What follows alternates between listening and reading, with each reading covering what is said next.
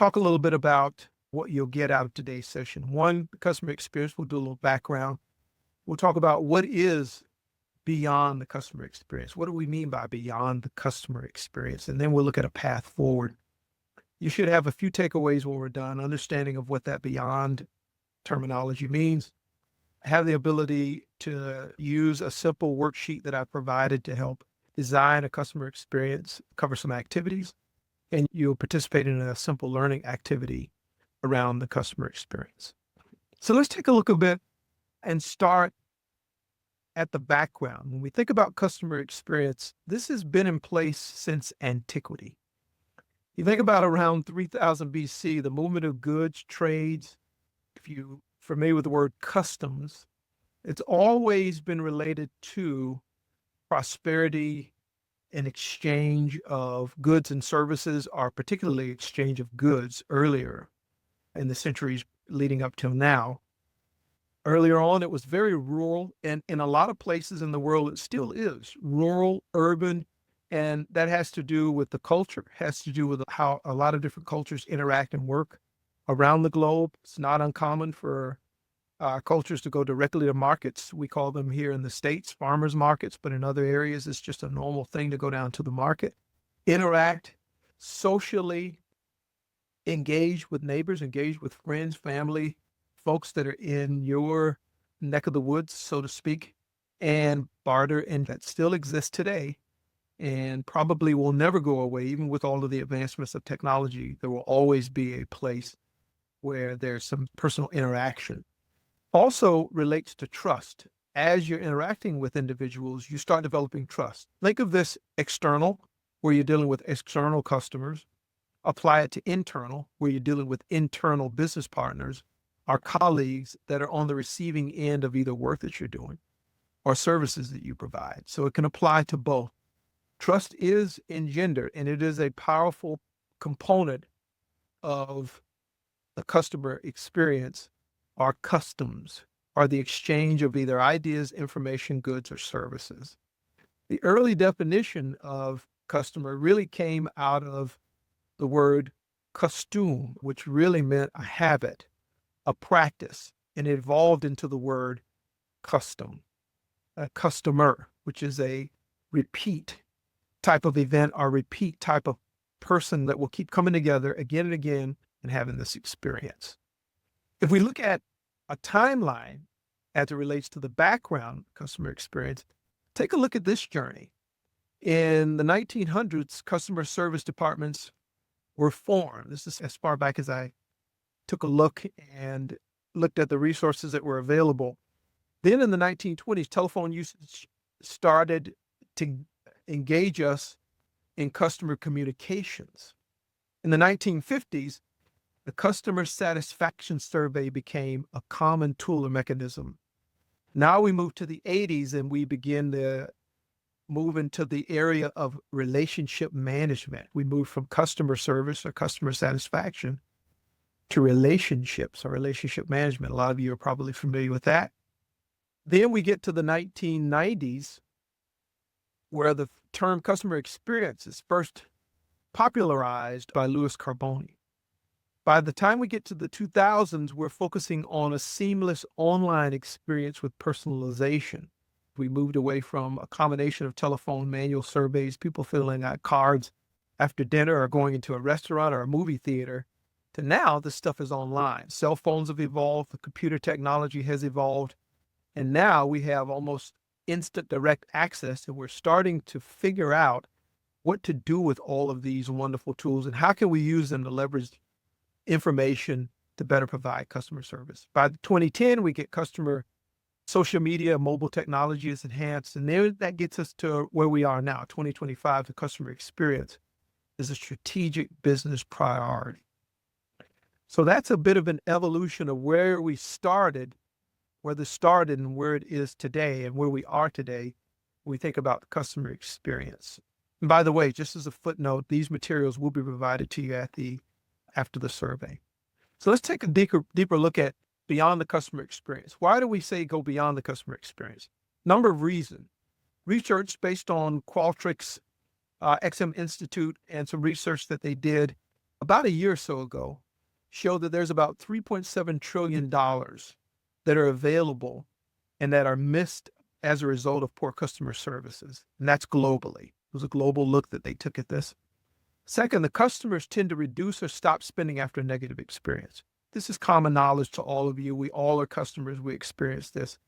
But there are deeper concerns that this starts at the surface, but then it goes deeper.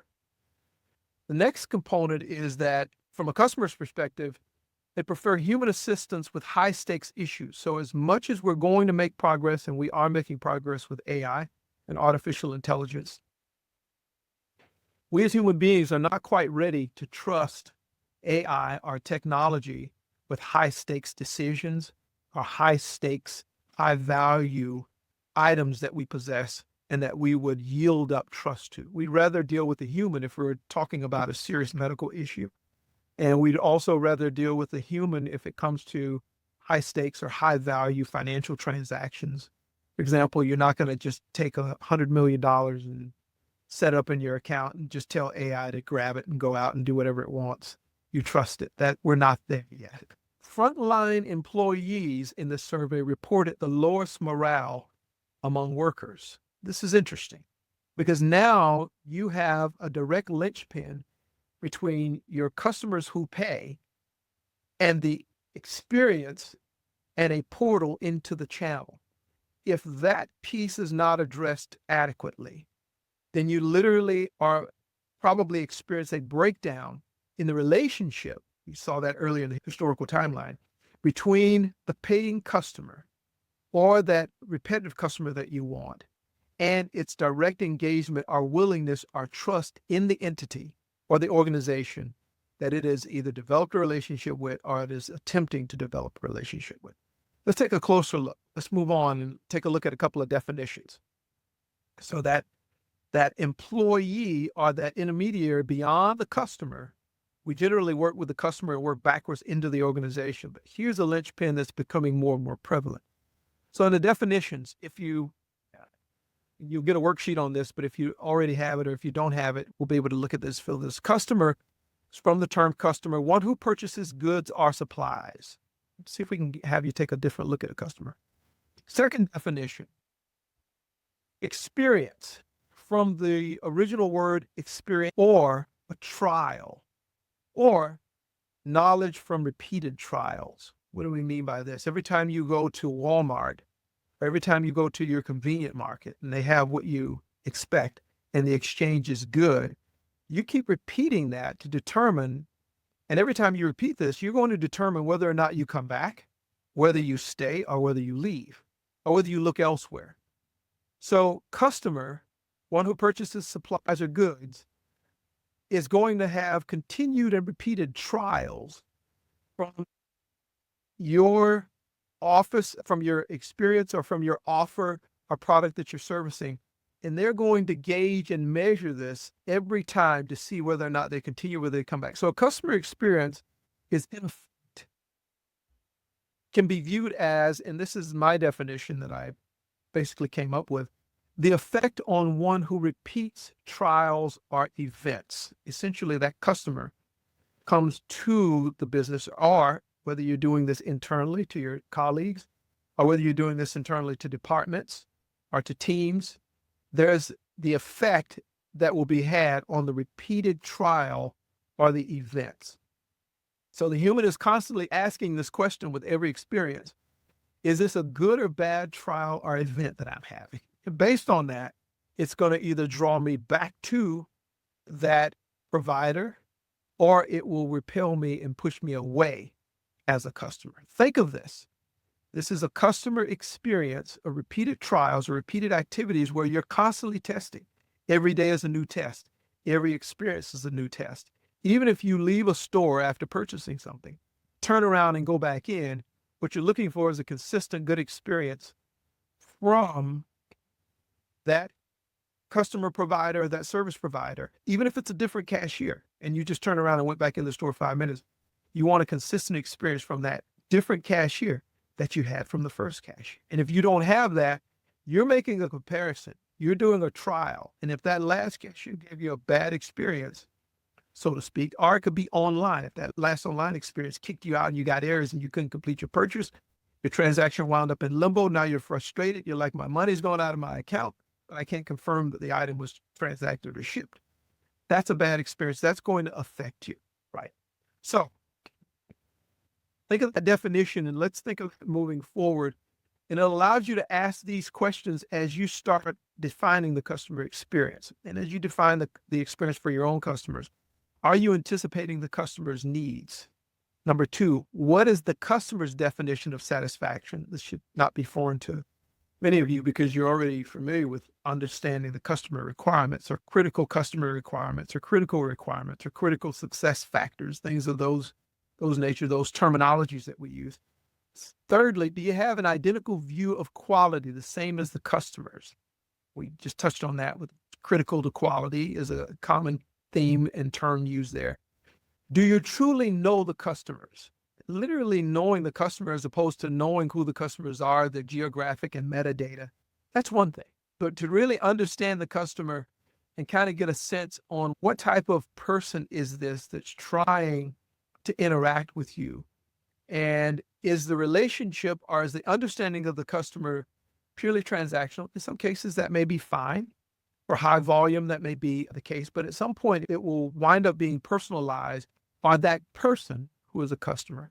Even if we use AI, is going to be on the receiving end, even if it's through AI or through technology or through a screen, of what's being delivered or served. So you can't escape the human being, which is why the human factor really never goes away. Doesn't matter that you have a chat bot. Doesn't matter that you have a nice website. Doesn't matter that you have wonderful auto prompts that go on. What matters is what is the experience at the end, that last thing that customer has that draws them back to you or draws them back to your services. And then the other thing, what are the customer's vital requirements? If you think of the Kano model, what are the vital requirements that you look at to where if you immediately don't provide this, they're totally dissatisfied. So the second thing in designing the customer experience, we talked about the first things back here, ask these questions. The second thing to consider is experience your own product or service. Consider being on the receiving end of your product or service. Shop yourself. Are you making it easy? Is it easy for the customer? Is it easy to interact or to engage or to transact with your product or service? Here's the other item, the third piece that I'm tying back to where we had that bullet point on the previous slide around the employee satisfaction and key. Have you trained the employees effectively who are delivering your products or services? That includes yourself. Are you effectively, consistently doing this? Or have you pretty much gotten to the point where you're pretty good at this? There should be a level of confidence. Absolutely, yes. We should not also forget that we don't want to take those customers for granted.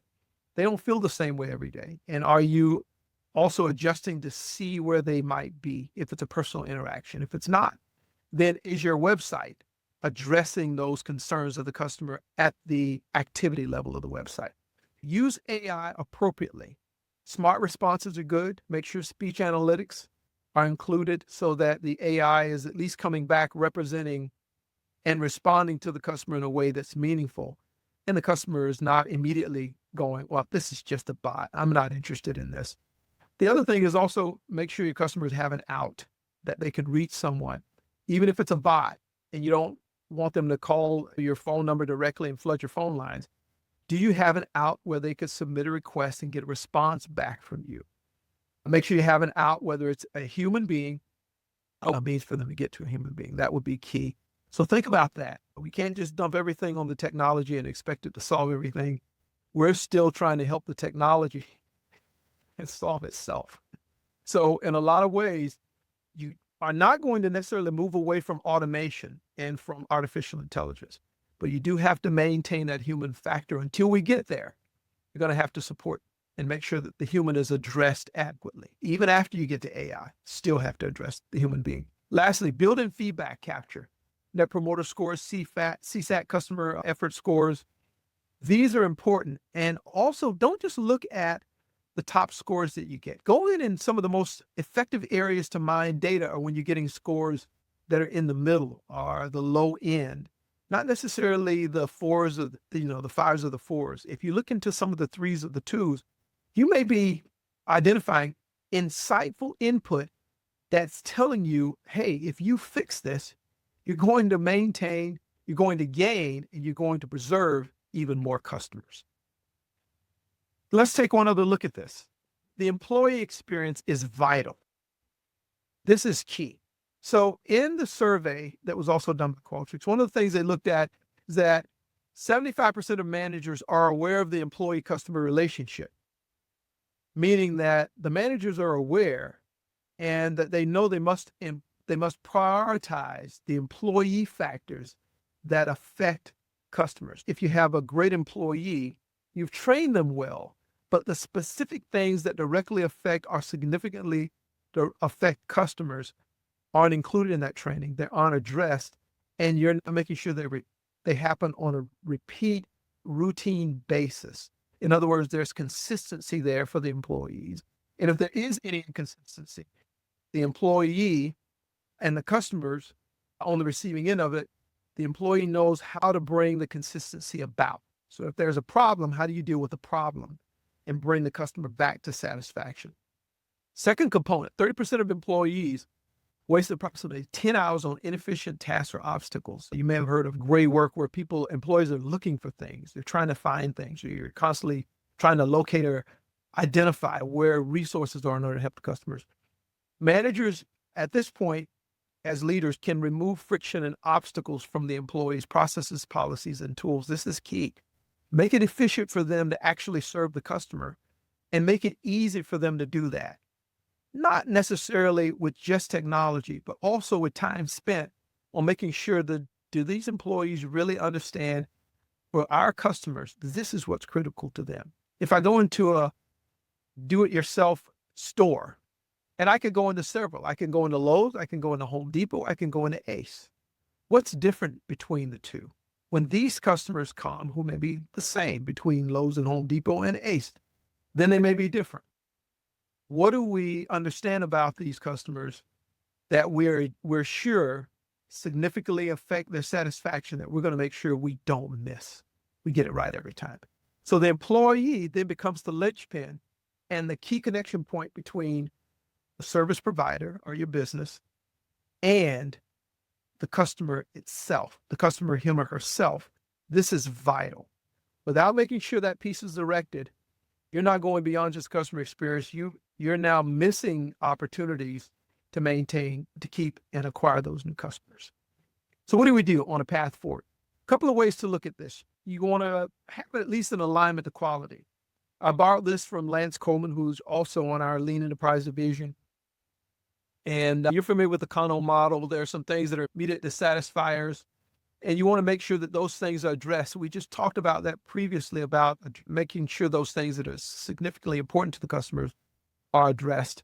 And then you could also apply the ISO TS 24082 standard to this. And if you look at this model, there is a component where you can design the customer experience, usual customer experience, outstanding customer experience. You can design the customer experience into your customer delivery or your customer satisfaction process. And you can find more about that on ISO.org, but we've included it in the materials for you.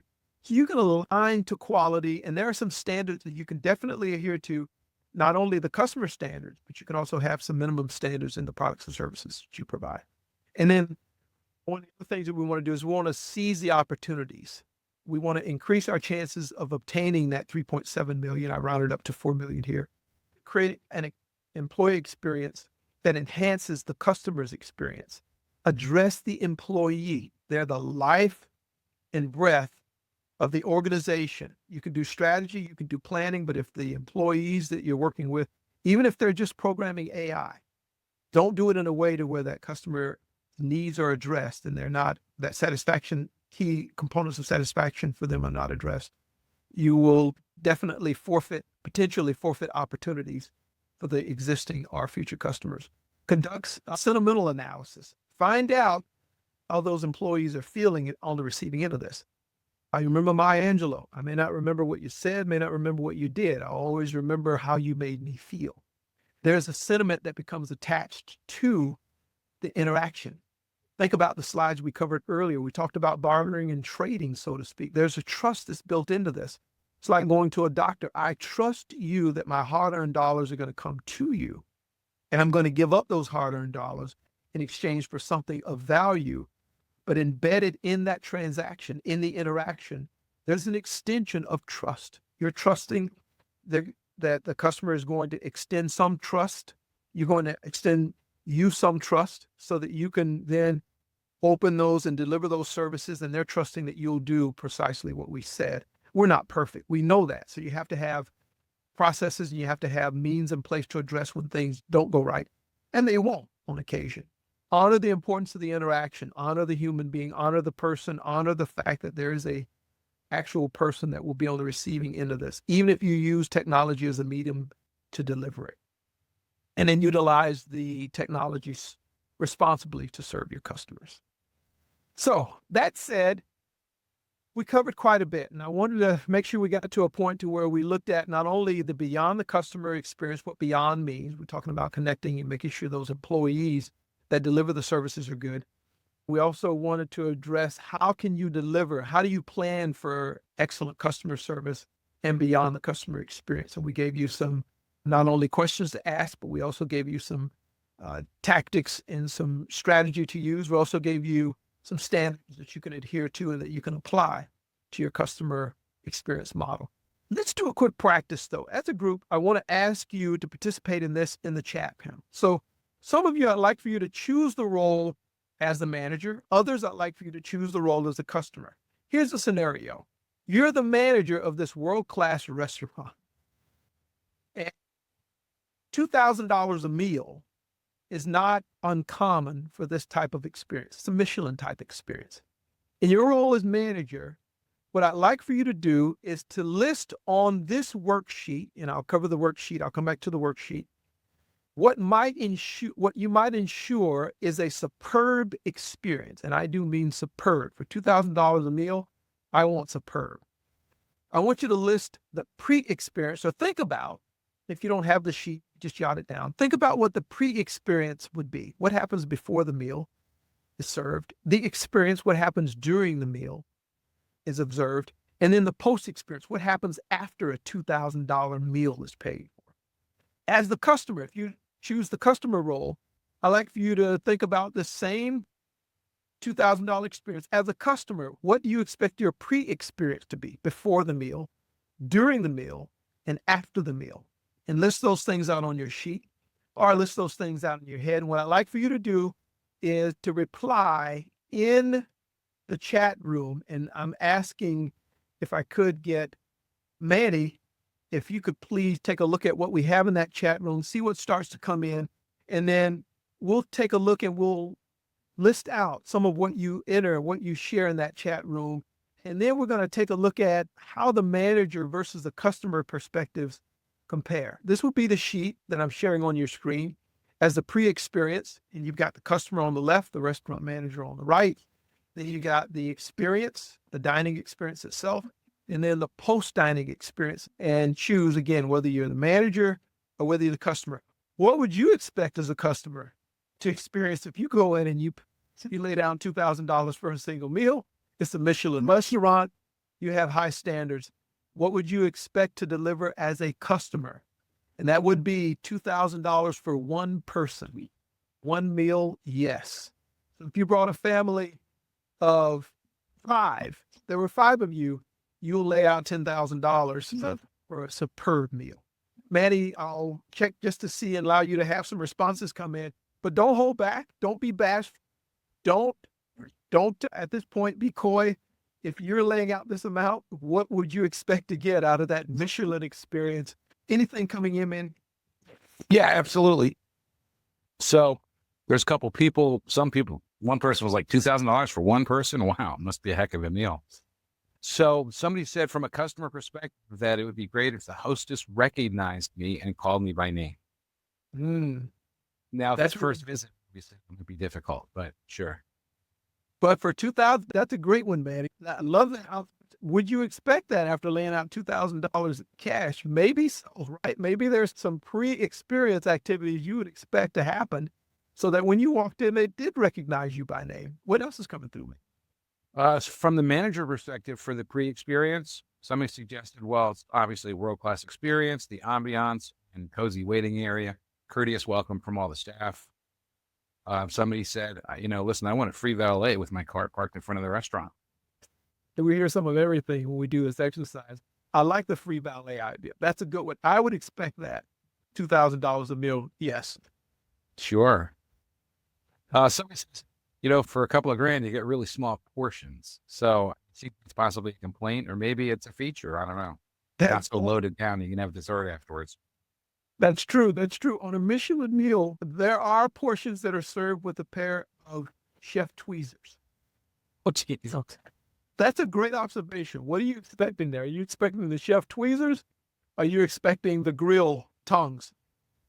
What else, Manny, that looks interesting? So let's see here. So somebody else is saying, from the manager perspective, the customer calls ahead of time and gets information about needs like diet, reason for celebration, or, just sort of other things, which would be great. That's like setting up the experience early on proactively. I love that. Mm-hmm. Mm-hmm. Somebody else said, not with a good booking system. I think it's tied to the previous comment, but I won't swear to it. Yeah. So, and, even if you can put in, well, give us the reason for your visit in, 100 characters or less, it's still nicer, I think, when somebody calls and draws it out of you. Somebody else suggested, look, I'm expecting ambiance, private dining, valet parking, a cloakroom, and a bespoke menu. I don't know if that means your name's at the top or you're just ordering something that nobody else is having that day, but either way, it sounds like pretty special service. Yes, that sounds top notch. Also sounds like you're definitely on the top floor of the building with a view of the entire city. Maybe sounds like we're in Seattle with a rotating roof. Say rotating restaurant. Sounds great to me. Yeah, that way the view's always changing. Are we seeing a contrast? How are the manager comments lining up with the customer comments? Do we see are they seeing things the same way? Sounds like what we've had is a lot of customer experience, and I've seen some manager experience peppered in. Give me some of you that are in a manager role. What would the manager expect as well? And Manny, let me know if you're seeing any contrast. Sure. So somebody's suggesting that as a manager for stage A, faultless reservation process, including reserving my favorite table. Which, okay, why not? I like that one. Somebody said fancy water, not that regular flat water. That's right.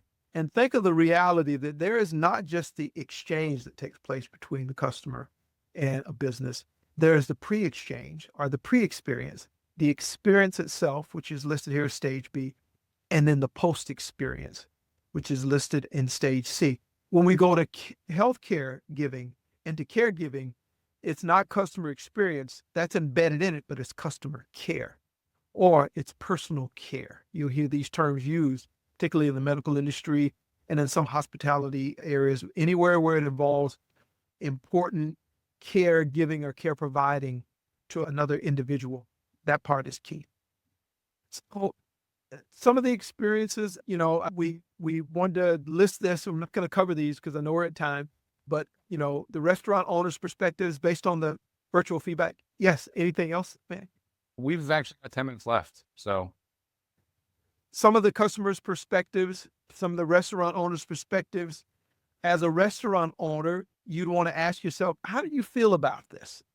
From a customer, the customer is asking the same thing and they're walking away with it the same way. Let me ask you a question as a group, and you can reply in the chat. Can this be applied personally and professionally? And then you might think of ways how. And we'll pause again just to capture some of those questions and take a look at that, and then we'll fill out the worksheet. But Manny, any questions that we have that have come through directly to me or directly to this topic that we can answer? Yes, and I think some of them are definitely worth addressing. One came through at least twice, so I think we should probably address that one. Sure. So let's see here. There was one that was early on. I got to scroll back to it. Sorry. I know roughly. So somebody said, Do you share the feeling that customer service has moved more towards pushing for more sales and less towards listening to customer needs? And I would add on, why is that? Is it because we're creating sales positions, but maybe not developing people? So they're thinking Yeah, it's more, like they're trying to go for the bottom line first rather than figuring out what it takes to get there, the through line. that's a great question. First of all, thank you for the question. I'm going to give just some answers based on my own experience and then refer to some of the data that was shared in this study. Short answer is yes, there's a push now for revenue, top line, bottom line. As you can see over the years, the pressure is to be more and more profitable under economic pressures. And what I mean by pressures are, think about inflation. I mean, years ago, some of us may be on the call who can remember where you could spend $1 bill, since dollar is the global standard for currency. You can spend $1 bill, spend less than $1 bill and get an entire loaf of bread. Now it takes that $1 plus two additional to get the same loaf of bread. That's inflation at its simplest terms. So there's pressures now for companies at this stage, regardless of the industry, in order to improve profitability, to get that top line, and to add-on services or ancillary products. You're seeing more and more of a push for that. I went into a store the other day and I couldn't get past the entrance. I didn't even get into the entrance before someone was offering me some product or service before I even got into the store, which is okay. And everyone has to make a living, but it could pull you away, pull you off of the customer's need, and you could cause them to wear them out with all of these other offerings. So short answer, yes, there is more of a push for that. People are looking for more ways to generate more revenue. Service is starting to get into sales. Sales is starting to get into service. You used to be able to go to a car shop and just buy a car. Now, getting your car service is just as prevalent, if not more prevalent, than actually buying a car, because they viewed service now as a revenue generator, a revenue driver, not just the sales of the car themselves. Hopefully I answered that question. And Manny, let me know if you have any comments on that line as well. I know you got good experience in some of these spaces. So some more questions. I really want to get through them. Sure. Somebody said, a lot of these add-on features would be what some accountants would consider overhead.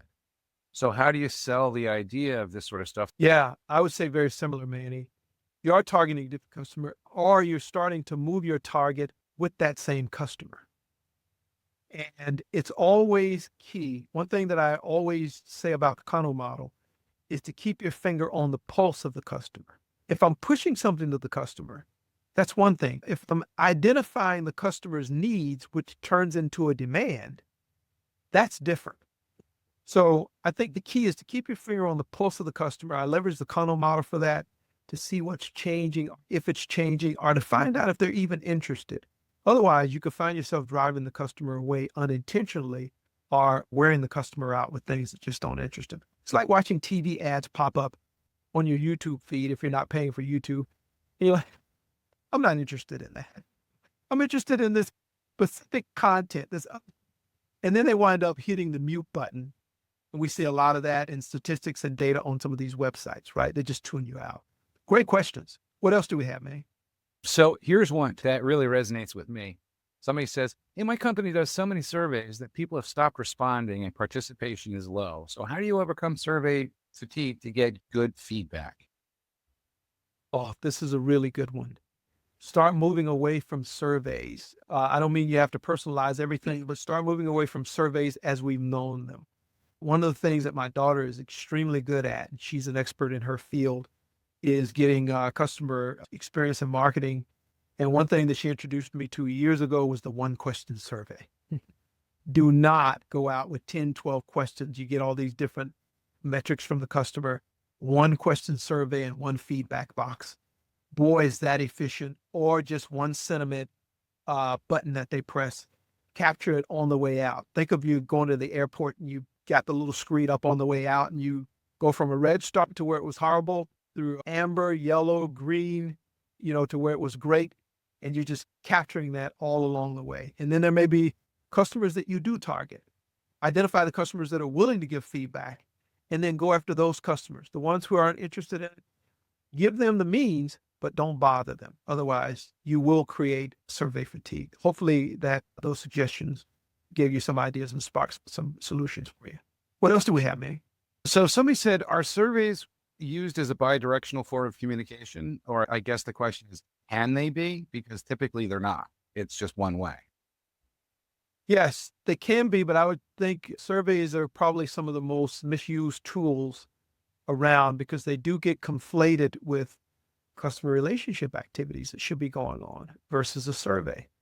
Customer interaction, customer feedback, customer requirement items that should be going on versus trying to find a quick way to get into a survey. I will confess to you, sometimes the biggest way that I've helped maintain relationships with some of my customers simply picked up the telephone, made a phone call. They didn't need anything, just called to say hi. And I can't tell you the number of responses that I've gotten unexpectedly. Hey, I'm glad you called. Don't want anything. I'm glad you reached out. That was it. It was nothing more than maintaining that interaction and that relationship. That did the job. I know we haven't talked in 4 months, but I'm just simply reaching out to say hello. And that was extremely appreciated. Don't need a survey for that. You need interaction and engagement at that point. How do you push back or just say, sorry, we're not going to do that? Yes, it's going to be a challenge. If the customer is asking for something that's outside of the boundaries of what you offer as a service or as a product, you'd certainly have the right to say that that's something we don't do. And if you don't offer customized services, you don't want to necessarily point out policies and procedures. That will definitely be an immediate turn off. But you can, if you have to get to that point, just simply say, I'm sorry, I'd love to, or have alternatives available to refer the customer to a place that can provide what they need that you partner with. So definitely develop some partnerships. But you don't have to put the customer totally out by saying, this is something I'm doing. I recall I had a customer walk in and they were demanding something that was years ago, probably a couple of decades ago, on a computer repair. And we literally had to say, I'm sorry, we will not be able to service you because what you're asking, not even you could provide. So you can draw the line. You can do it professionally. You do not have to be mean-spirited. You can do it ethically, but you always have alternatives to where you've developed some partnerships. And when these things come up, even if it means calling the customer back and say, listen, let me check into something and I'll get back to you. And then maybe that diffuses the situation. If it's a very intolerable customer, that can help you diffuse the situation until you can get to where you can identify a solution and point that customer to that solution. But they can't force you to do something you're not made or designed to do. Sure. And we're going to have to go on a moment, but the last point that I would make with that is you may not be able to do what they want, but can you offer them an alternative or try to understand, like, look, we don't do Parmesan on fish. Why do you think you want that? Maybe they're just looking for a contrast in flavors. Oh, okay. Well, we recommend some balsamic vinegar then perhaps, although I wouldn't personally do that. That's an excellent point, Manny. Well, Parmesan, however, we have this that we can offer you. How about we give you a free sample and try it and see if you like it? That goes a long way. Excellent point, Manny. Sure. So I'll tell you what, Patrick, we are at the top of the hour. For joining today. And I want to say special thanks to you, Manny, for facilitating these webinars and your leadership in this space. Always excellent. You're one of the best at this, in my opinion. And really want to say thanks to all the attendees. You guys are great. Really love the interaction today. It was energetic and it was a lot of fun. You're a great group of people.